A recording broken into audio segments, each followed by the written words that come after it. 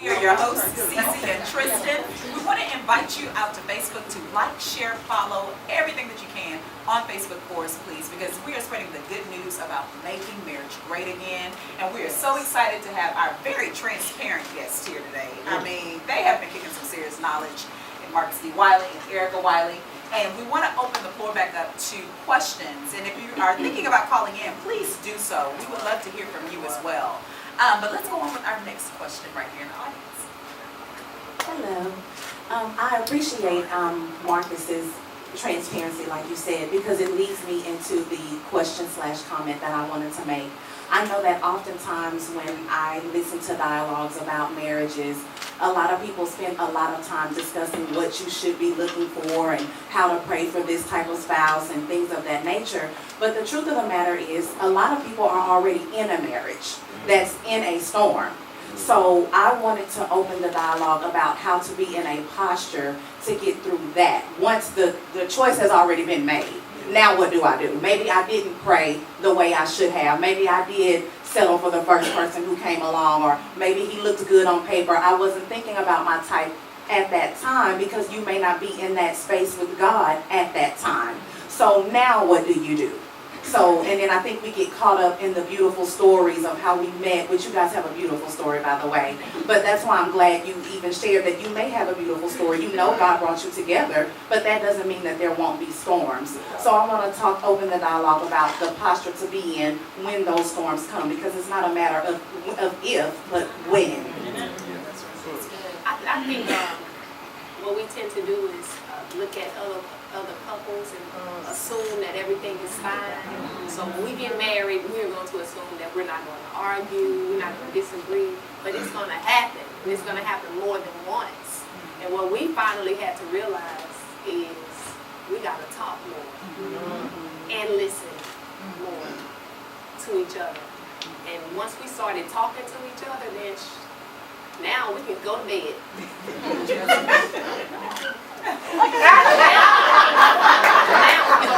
We've had storms. You just heard one, and we separated for the 6 months. We've had other storms, but now we know what to do to get through it. And I don't know if you heard Erica during break how she postured herself during that storm, because I was like, you didn't slash his tires, you didn't burn up his house, his clothes, you didn't swing by a few times.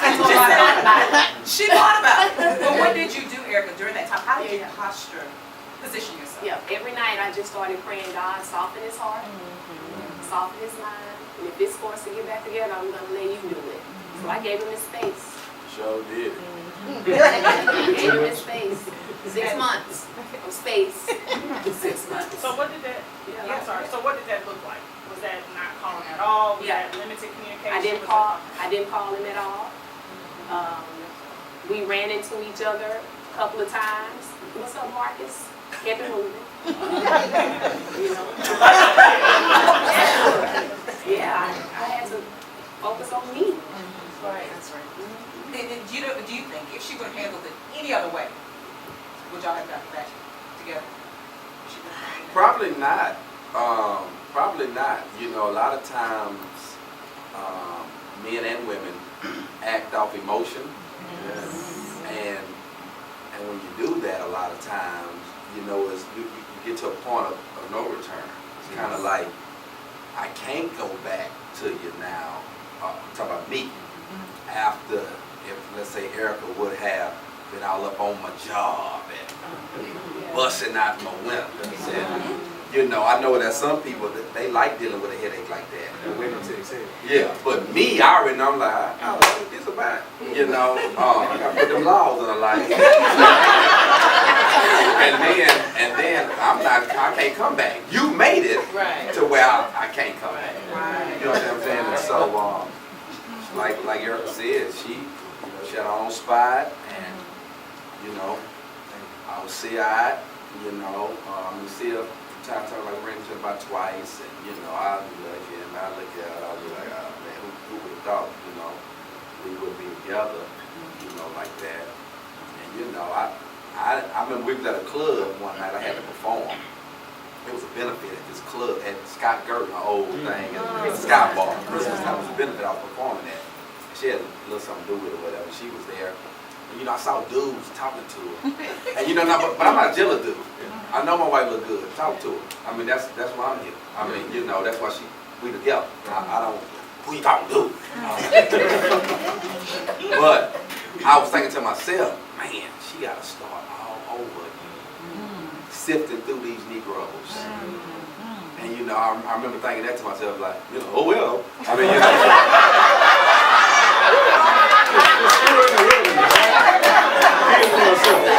Oh well.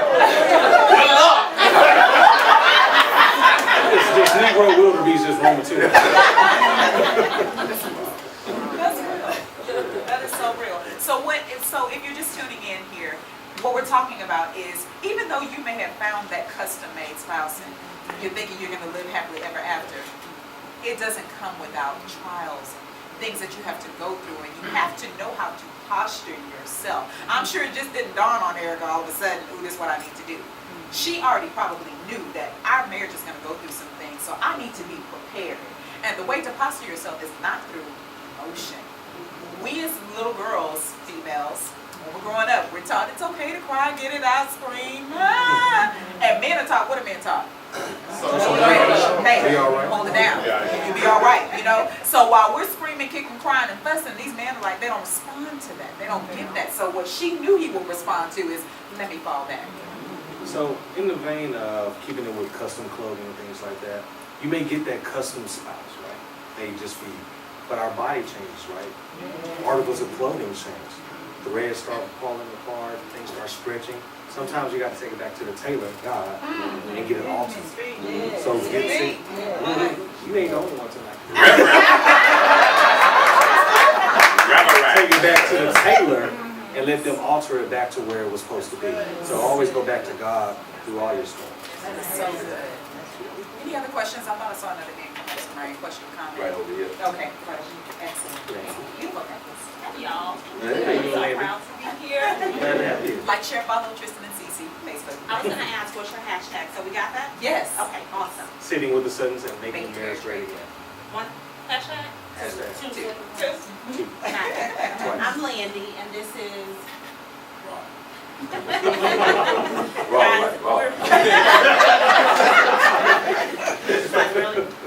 We're the Spearmans, and we're so happy to be here. I remember this gentleman when we first moved here, Marcus. Keep it up. We moved here 15 years ago. 15 years ago, and I don't know if y'all were going through that phase then, but it's so good to see the work, right? And I'm new to the Suttons. I asked this young lady a question, and I want to throw this to all of you all. Keep it up, young lady. Keep it up. My question, and you get to choose, right? So you get to choose fun, and I don't know if this is PG, if we have any kids in the room. So when I'm saying fun, I'm saying intimacy, okay? Finances, and family. So those three things you get to choose. And if you would speak positive, here's a tip, negative, here's reality. However, the reality doesn't have to be negative. Okay. Fun, finances, family. Those three things you choose, and speak just a little bit if each one of you all would do that. And again, thanks for sharing this with us. Where we go? Can I pick one? I'm gonna pick finance Okay. because Marcus is big on managing that money, and I'm not. So what we had to learn is, Marcus, since he is better at doing it, I gotta let him do it. Because I remember one time, do you want to tell the story about the lights? One time, he was like, okay, he said, you think you can handle the money? I'm gonna let you handle the money. So I took the money and paid the lights and the phone and didn't pay the rent.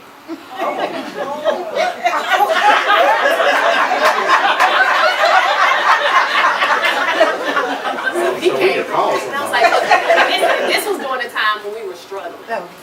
So he came home, he was like, did you pay such? I said, I paid the rent. And we have a little left over so we can get some food. But you didn't pay the rent?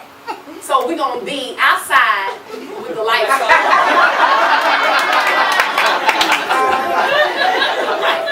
So what I had to learn somebody, you gotta let somebody in your home handle the finances who can handle it. Or you gonna be outside with just the lights on. At that point. Yeah, I think what I do know is when our money got better, it cut down on a lot of arguments. Bottom line, when the money got better, it cut down on a lot of arguments. It is hard to argue with shrimp and steak and you know what I'm saying? You can go get, a few things. I'm not thinking that we rich, but money is here now. And so finances, I believe, are super important in marriage.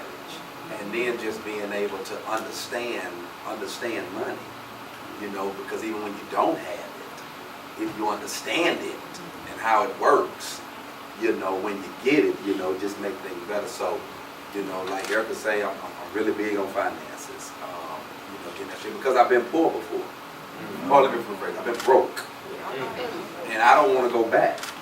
I just don't want to go back over Fort Ward, right by downtown. And we had a lot of love, but we were broke. Sardines and chicken pot pies and, potted meat. I don't want to go back to that. And so I'm just, big on finance. Then you said fun.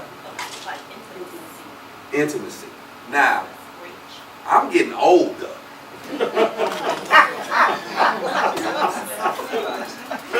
I'm getting older. And I mean, you want it real, right?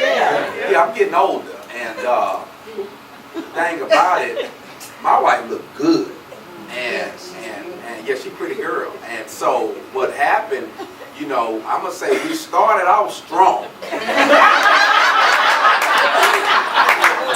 Started off strong. And then right around the time when we had that little dude over there, when we had that little cat over there, then I think it began to kind of dwindle a little bit. Now, not because she's unattractive or vice versa. I just think when you married, life happens. Life began to happen. We do okay, but I'm nowhere near where I want to be in life. And, and so, I might come home and I'll be like, oh yeah, tonight gonna do something. And then my wife, she loves her son. She'll go be with her son for an hour and a half. I'm in the room just.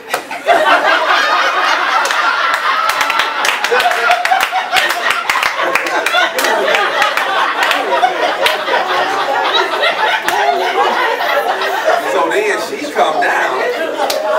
Now she come down, and then something like she might want to say, hey, man, it's over for me. I got peak hours. I got I can't have sex on demand no more. Like when I was young, I gotta warm up and get in the thing. And so if you're gonna always judge the marriage off of is the fun as the way it was in 2000, then you're gonna always lose on that one, because I ain't nowhere near the 2000 markers on fun. But I'm way past 2000 markers on finance. So, you know what I'm saying? I mean, so yeah, I can't make love all night, but I can do 7 good minutes at a Louis Vuitton purse.